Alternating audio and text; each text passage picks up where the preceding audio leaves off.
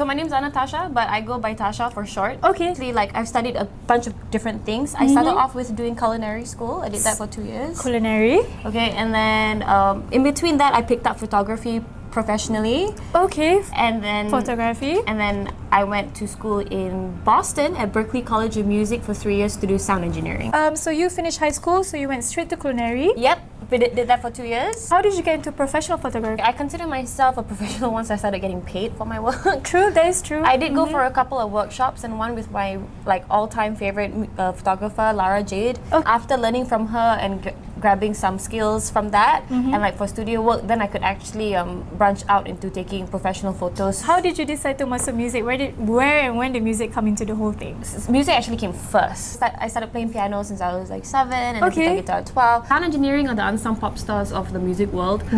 If you listen to the radio every day, if you watch movies on a regular basis, every sound that comes out of your speakers are definitely touched and refixed and re-edited by a sound engineer. Like people don't see that, they're like, oh really? Like there's no glam in being a mix engineer. I'm like, it's okay. I'm gonna make you sound good. That's bueno for me. That's like an interesting misconception about a lot of the artistic industry. They like, if you're not getting glam for it, what's the point? Yeah. If you're not getting well known or viral with your art or whatever. Oh my god, so that's 3 super different fields. Like how has this informed your creative process? Because I'm pretty sure the thinking behind culinary, the thinking behind photography, the thinking behind music is all very different. My end goal for all the different creative fields that I work on is actually to make people happy.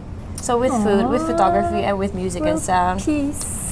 So it's like it's pretty easy to not lose track if you know what your main intentions are to begin with. Nice. So on a day-to-day basis, you do a lot of now it's mainly photography. Yeah, taking pictures of clients, making sure they're happy. Also do product photography. I think we discussed this quite a bit off screen now. Like she does portraits of boudoir portraits. Yeah, women. Yeah, that's something that doesn't really get discussed in like normal mass contact. It's so liberating, and the girls feel so powerful when they're done with it. It's like this is what you should be allowed to feel. Yeah, and it's in the privacy of our own space. Exactly. So nobody has to see the photos. It's just for you. Yeah. Also conducted in a very safe environment because I have to, I'm you have your own studio? Yeah, I have my own studio. Okay. So it's like I like to make sure that everybody feels comfortable and safe, and they can be completely vulnerable, and we can really capture the essence of what you really are. So you studied overseas in Berklee.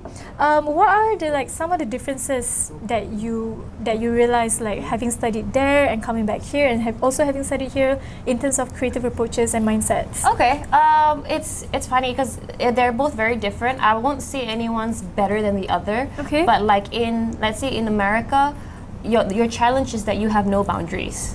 Okay. In Malaysia, on the other hand, you have a lot of boundaries. So it's like where can you fit in your creative work without limiting your expression? But it's interesting. It's interesting, and but I feel like in America, I really got to tap into the whole boudoir thing and really getting in touch with the human side of things. And then over here, it's more. I think there's definitely a lot more culture here, which is really interesting. Like what do you mean? We have great history, and wanting to work in Malaysia, I really want to tap into the history of it and embracing people of all different shapes, sizes, colors, all across Malaysia, which America has done 20 years ago, but then we're catching up, so which is really good. There really is a sort of like mini renaissance amongst the younger millennial crowd, probably to capture all this heritage and culture before. Which is beautiful. Finally we're doing it. And making it our own. What are some of the biggest challenges of studying at Berklee? Realizing that you're not you could be better. You know what I mean? Like allowing the space to grow, because a lot of people who start off there they're like, I made it to Berklee, I've already made it.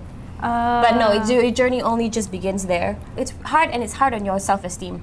A lot of the times. People have their expectations of you, but at the same time, you have to know that as long as you become a better part of yourself, then I think you're already doing progress. I agree so much, because in the creative industry especially, and even in the media industry, there's a bit of toxicity in terms of like competition, in terms of mental health.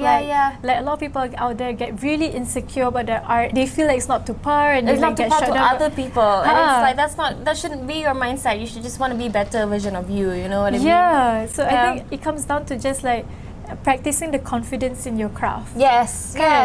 And taking care of your mental health. Correct. But mental health plays a big deal in going to creative schools, I feel. And I know you value it a lot, because you and another good friend of ours, Sharina, started Safe Space. Yes, correct. Oh my God. Safe Space Malaysia. Yeah, so tell us, what is Safe Space? Safe, what is that? Safe Space is like a baby organization, and we host like events, retreats, and seminars for women, primarily women. We've started incorporating men as well, to provide them a safe space to be expressive and be themselves.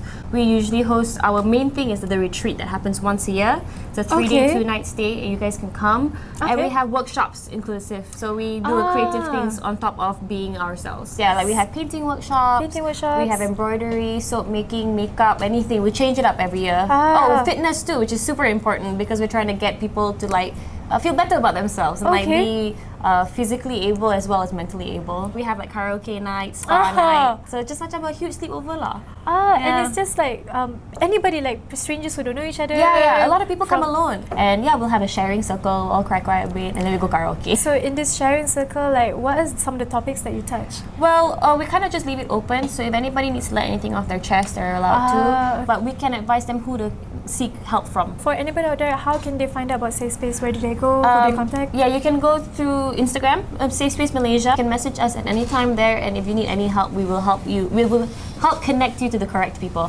What tips do you have for anybody out there yang macam nak get a bit more inspired? The thing that has led, I think, all of us into the creative field is being curious. So my number one advice for anybody who asks me how to start is ask a question. Ask a question to anybody who is leading the life that you want to lead. Sharing, keep learning as you go. Keep asking, keep giving.